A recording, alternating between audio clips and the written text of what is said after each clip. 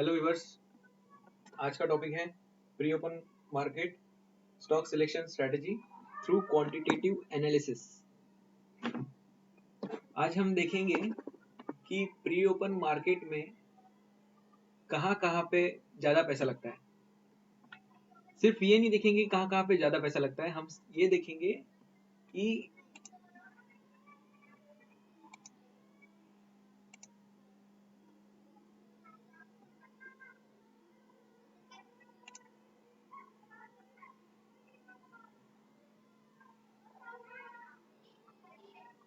With respect to what पैसा लगता है ना। यहाँ पे प्री ओपन मार्केट में सब मोस्टली एक ही डेटा देखते हैं, चेंज गैप किस में सबसे ज्यादा है, गैप डाउन और गैप अप स्टॉक्स। हम ज्यादा स्टॉक्स के लिए एफएनओ का देखेंगे,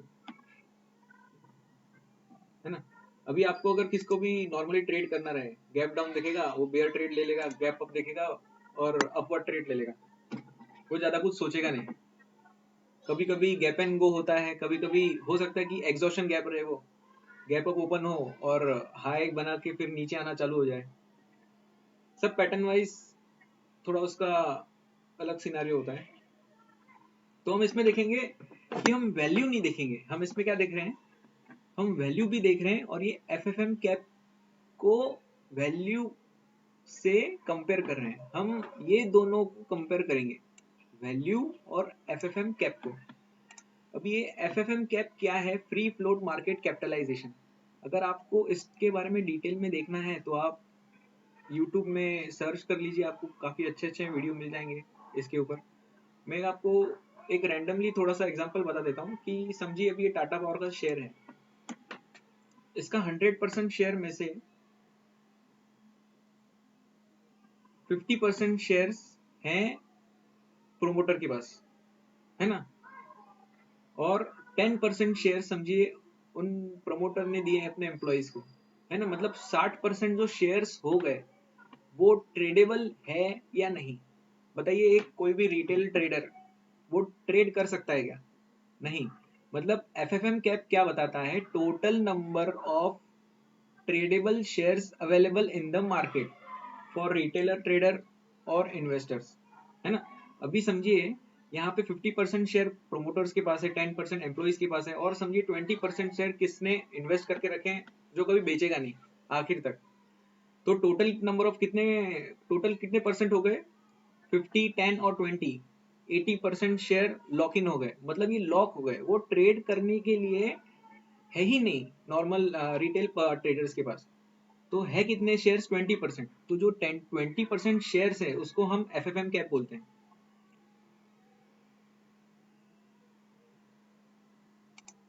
अभी नॉर्मली सबको ये बात मालूम है ट्रेडिंग में या इन्वेस्टिंग में। अभी रिसेंटली आपने स्कैम 1992 तो देखा ही होगा कि कभी अगर मार्केट में पैसा लगाया जाए, किसी एक पर्टिकुलर शेयर में पैसा लगाया जाए तो डिमांड बढ़ेगा और शेयर का प्राइस बढ़ेगा। सेम टू सेम अगर पैसा निकाला जाए तो सप्लाई बढ़ेगा और शेयर का प्राइस घटेगा। वैसे ही वो जो डिमांड और सप्लाई जो क्रिएट होता है उसके लिए जो स्पेस है ना, वो स्पेस है सिर्फ ये एफएफएम कैप। मतलब अगर किसको भी अगर मैनिपुलेशन करना है और मैनिपुलेशन करके फेक डिमांड या सप्लाई कुछ भी अगर करना है, जिसको भी कितना भी मतलब कितना भी जिसको उड़ी मारना है, वो यही समुंदर है उसके लिए। समुंदर नहीं, एक्चुअली ये एक छोटा सा स्विमिंग पूल है, उसमें ही वो तैर सकता है ना। बाकी जो समुंदर वाला भाग है 70% 80% जो लॉक इन है वो तो प्रोमोटर के पास, इन्वेस्टर्स के पास वो लॉक इन है। लेकिन किसको भी अगर लेना है, कुछ भी करना है, तो वो इतना ही कैपिटल है। और ये हर शेयर का है ना अलग अलग है। अभी किसका लॉक इन, किसका टोटल 50% होगा, किसका 70%, किसका 40%, सबका अलग अलग होता है, किसी का भी फिक्स नहीं होता। तो ये डेली का ये जो वैल्यू है ना, जो आज ट्रेड हुआ है इतने टाइम में, हम ये वैल्यू को इससे कंपेयर करेंगे, है ना। फिर अपने को मालूम पड़ेगा कि किसमें एक्चुअल में फर्क आ सकता है। ये वैल्यू, ये जो वैल्यू है, आप इस चीज को ना अच्छे से समझिएगा कि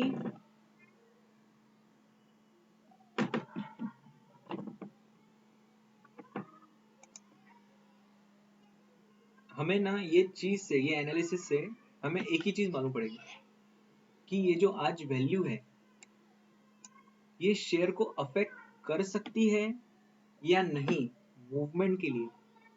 जो आपने पैटर्न देख के जो भी प्रिडिक्ट करने के लिए आपने जो सोचा है उसके हिसाब से ये मूवमेंट हो सकती है क्या। ये वैल्यू आई है प्री ओपन मार्केट में 9 बजे से 9:07 तक, है ना। तो लोगों ने इसे चुना है क्या, जैसे आपने इसको चुना है, समझिए ये टाटा पावर का शेयर, अगर आपको एक ब्रेकआउट दिख रहा है नहीं तो कुछ भी आपको सिनारियो दिख रहा है कि ये ट्रेड करना चाहिए, तो आप इसमें ट्रेड कर सकते हो क्या, है ना। ये कंफर्मेशन आपको यहाँ से मिलेगा कि ये जो वैल्यू दी गई है ये काफी है क्या किसी शेयर को हिलाने के लिए, है ना, ऊपर या नीचे हिलाने के लिए। बस अपन इसमें से इतना ही एनालाइज करने वाले हैं। और मेरे ख्याल से ये जो डेटा है प्री ओपन का, हमको इसमें से सिर्फ यही बात मालूम पड़ती है और इसे कोई भी नहीं देखता। ये चीज को, जो सही चीज है वो दूर है, नजर नहीं आती, सामने होके भी मतलब वो कौन सी वो कहावत है, बगल में छोरा और गांव पर ढिंडोरा, सेम टू सेम वैसे ही। जो चीज देखनी चाहिए हम वो नहीं देखते और जो नहीं देखनी चाहिए हम वो देखते रहते हैं। तो हम इसको अभी एनालिसिस करते हैं, इसको हम क्वांटिटेटिव एनालिसिस करेंगे। हमको इसको एक्सेल में शिफ्ट करना पड़ेगा।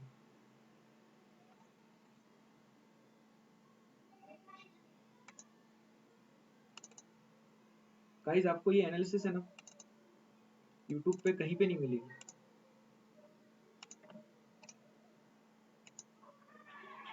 मैं दावे के साथ कह सकता हूँ कि जो ये वीडियो देख रहे हैं उनमें से सिर्फ 1%, मोस्टली 1% ही लोग होंगे कि उनको ये एनालिसिस के बारे में पहले ही पता रहेगा। बाकी किसी को भी मालूम नहीं होगी ये चीज, ये क्या एनालिसिस है, कैसे होता है। आप इसे करके देखिएगा, you will be amazed with the results. It is actually good.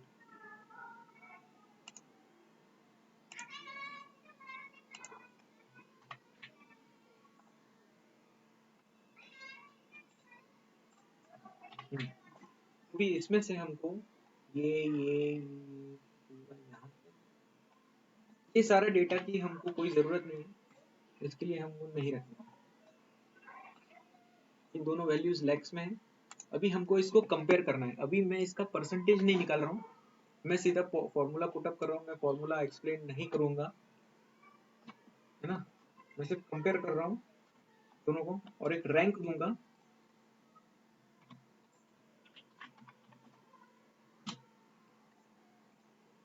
Highest rank, जो भी हाईएस्ट रैंक रहेगा वो ट्रेडेबल है, मतलब लोगों ने उसे चुना है, और लोगों ने चुना है और उसका वॉल्यूम एफएफएम कैप को अफेक्ट कर सकता है कि नहीं, ये हमको यहाँ से समझेगा। फॉर्मूला डालता हूँ, वैल्यूज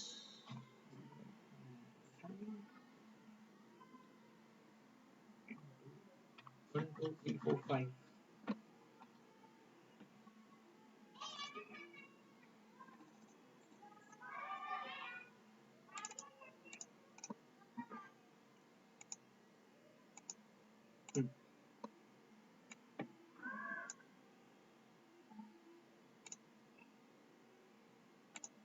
तो भी ये सारी जो कंपनीज हैं इनमें जो वॉल्यूम आया है ये अफेक्ट कर सकता है प्राइस को, है ना। प्राइस को मूव करने के लिए फोर्स कर सकता है ड्यू टू ये एफएफएम के कंपैरिजन से। ये जो रैंक आया है इससे समझ में आता है ये, है ना।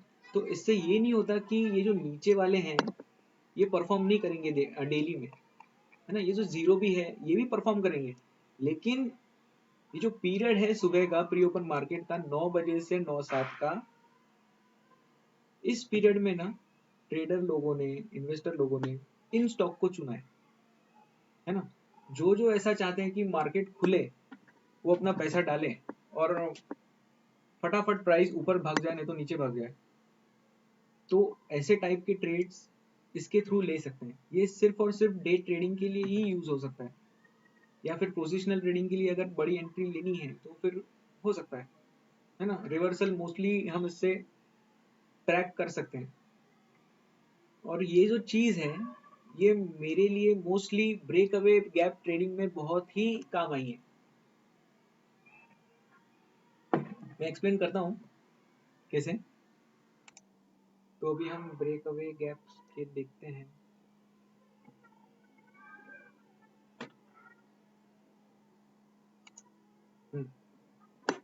अब ये ब्रेक अवे गैप में मैं आपको एक चीज बताता हूँ। ये देखिए ब्रेक अवे गैप का, इसे ब्रेक अवे गैप क्यों बोला जाता है, क्योंकि ये ब्रेकआउट देता है सीधा गैप से। ब्रेक अवे गैप, गैप के थ्रू सीधा ब्रेक करके सीधा बाहर निकला, है ना। तो यहाँ पे क्या होता है ना, यहाँ पे जो वॉल्यूम आया है इतना सारा, अगर आप इस चीज का, अगर इस दिन में आप कौन से दिन आप देख सकते हो कि जिस दिन भी आप ब्रेक अवे गैप कौन से भी स्टॉक में देखते हो, आप उस दिन का प्री ओपन मार्केट का ये एनालिसिस करके देखिए, you will be surprised with what you see। इसके रिजल्ट्स काफी अच्छे हैं, मतलब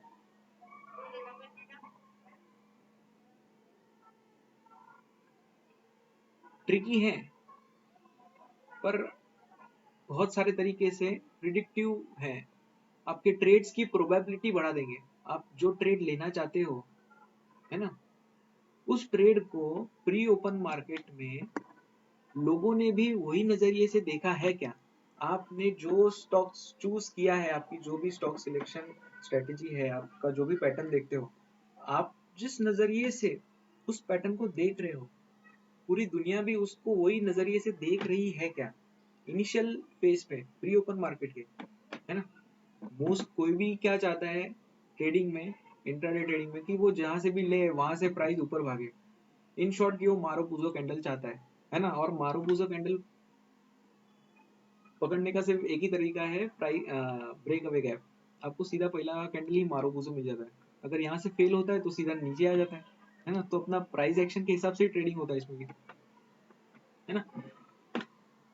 और इसमें वॉल्यूम भी हाई होता है ना। स्टार्टिंग में आप ये देखो, ये आप बोलोगे कि ये तो यहाँ पे वॉल्यूम हाई दिखेगा ही एंड होने के बाद, फिर यहाँ पे कोई भी एंट्री कर लेगा, लेकिन ये जब भी ओपन बाहर देगा स्टार्टिंग में 9:15 में, हमको समझो 9:08 को ही हमको समझ जाएगा कि ये इतना बाहर ओपन दिया है, मतलब ये ब्रेक अवे गैप होने का चांसेस है। और उस चीज का जो वॉल्यूम है ना, यहाँ पे अभी ये कैंडल जो बनी है 9:15 में, ये वॉल्यूम यहाँ पे तो जीरो होने वाला है। स्टार्टिंग में वॉल्यूम जीरो ही होता है। स्टार्टिंग में ब्रेक अवे गैप का ट्रेड लेना इम्पॉसिबल ही है। स्टार्टिंग में तो आपको कोई वॉल्यूम नहीं दिखेगा, लेकिन अगर वॉल्यूम आपको देखना है तो आपको प्री ओपन मार्केट में देखना पड़ेगा कि ये वॉल्यूम कितना है। प्री ओपन मार्केट में ये वॉल्यूम हमेशा बहुत ही ज्यादा होता है। आप उसका अगर रैंकिंग निकालोगे, जैसे हमने यहाँ पे सबके रैंक निकाले, तो मोस्टली है ना ऐसे स्टॉक हमेशा 10 से ऊपर ही होते हैं mostly. Same to same scenario यहाँ पे भी ब्रेक अवे गैप, यहाँ पे भी आप वॉल्यूम देखोगे, ये एनालिसिस करोगे प्री ओपन वाला, तो आपको समझेगा कि जो रैंकिंग है वो सरप्राइज है ना। आपको पहले तो ये पैटर्न पकड़ के बैठना पड़ेगा कि यहाँ पे ब्रेक अवे गैप आ सकता है ना। आपके एनालिसिस में, आपके वॉच लिस्ट में ये पैटर्न होना चाहिए। या तो फिर आप दूसरे दिन आपको जब भी मालूम पड़े कि ऐसे ऐसे 9:08 को आपको मालूम पड़ेगा कि ये स्टॉक्स है, आप उन सबको सर्च करोगे तो आपकी वैसी नजर होनी चाहिए कि आप फटाफट पैटर्न को ट्रैक कर पाओ। पॉसिबल है और थोड़ा कॉम्प्लेक्स है। इसमें भी same to same scenario, break away gap यहाँ पे भी। अभी ये आपके ऊपर है कि आपको ये ब्रेक अवे के लिए ही यूज करना है या किसी और के लिए। मैं मोस्टली ब्रेक अवे के लिए यूज करता हूँ। मैं intraday trading break away gap में ही करता हूँ या तो फिर एग्जॉशन गैप में, बाकी नहीं करता। अगर आप ये चीज़ को अगर आप दूसरों में अप्लाई करके कुछ अगर अच्छे रिजल्ट्स निकाल सकते हो तो ये आपकी स्किल्स है। पर एक बात ऐसी है कि प्री ओपन का इसके बाद अगर कोई एनालिसिस होता रहेगा तो फिर मालूम नहीं। प्री ओपन इतना ही डेटा देता है गैप्स के अलावा, जो हम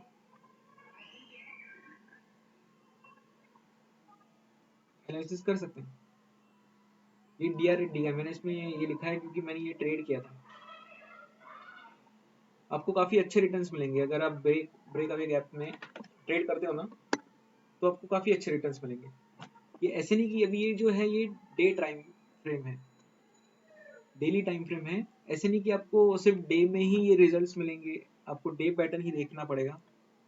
आप ये माइक्रो ट्रेंड्स में भी देख सकते हो, मीडियम ट्रेंड में भी देख सकते हो और ये बड़ी ट्रेंड में भी देख सकते हो। इवन आप कभी कभी वीकली और मंथली टाइम फ्रेम में भी देख सकते हो ब्रेक अवे गैप्स।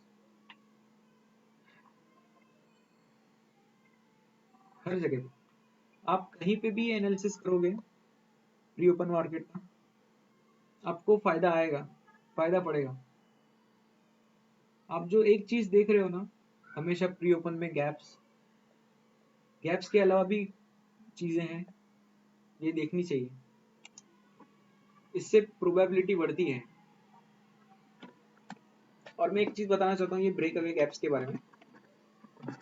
जो भी ब्रेक अवे गैप ट्रेडिंग करता है वो ट्रेडर बहुत ही पेशेंट होता है, उसमें पेशेंस बहुत ही ज़्यादा होना चाहिए, क्योंकि महीने में आपको ब्रेक अवे गैप्स के 8 से 10 ट्रेड मिलेंगे, उससे ज़्यादा नहीं मिलेंगे। और 8 से 10 में से आप कैच कर पाओगे सिर्फ 3 या 4, उसके अलावा आप कैच नहीं कर सकते, है ना। हर एक सिनारियो में आप, अब मैं ये जो पिक्स दिखा रहा हूँ इसमें आप कैच नहीं कर सकते, हर एक आप कोई कोई ही पकड़ सकते हो, है ना। जैसा ये और इसमें दोनों में फर्क है। डिटेल में अगर आप देखोगे तो आपको इसमें फर्क समझेगा। इन सब में से आप कोई कोई ही कैच कर सकते हो।